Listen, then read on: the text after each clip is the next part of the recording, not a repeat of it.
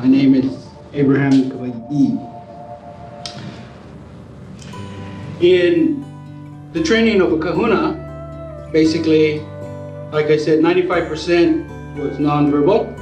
You put your total being into whatever you are. You become totally present to what you often do.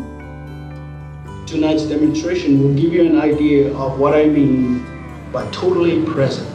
You may hear a lot of different types of breaths. These are breaths that not only align the breath, but create a particular frequency, the opportunity to touch in with universal energy and universal understanding. This is the time of therapy. You will not see it in the world other than here.